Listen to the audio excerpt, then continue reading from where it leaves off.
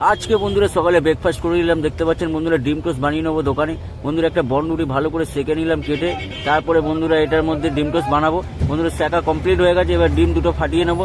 বন্ধুরা দেখতে পাচ্ছেন দুখানা ডিম ফাটিয়ে নিচ্ছি। বন্ধুরা ডিম ফাটানোর পরে তারপরে একটু পেঁয়াজ কাঁচা লঙ্কা দিয়ে তার সাথে একটু নুন দিয়ে ভালো করে এটা ফাটিয়ে নেবো। বন্ধুরা দেখতে কাঁচা লঙ্কা পেঁয়াজ দেওয়া হয়ে গেছে, এবার একটু ফাটিয়ে নিচ্ছি ভালো করে। ফাটিয়ে নেওয়ার পরে বন্ধুরা এবার সসপ্যানের মধ্যে তেলটা দিয়ে দিচ্ছি গরম হওয়ার জন্য। বন্ধুরা প্রায় গরম হয়ে গেছে। এরপরে ডিমটা দেওয়ার পরে বন্ধুরা ভালো করে এবার একটু নাড়ি চাড়িয়ে নিচ্ছি। তারপরে একটু রুটিটা ভালো করে লাগিয়ে দিলাম দু পিঠে। লাগানোর পরে বন্ধুরা আমাদের ডিম টোস্ট প্রায় কমপ্লিট হয়ে এসেছে।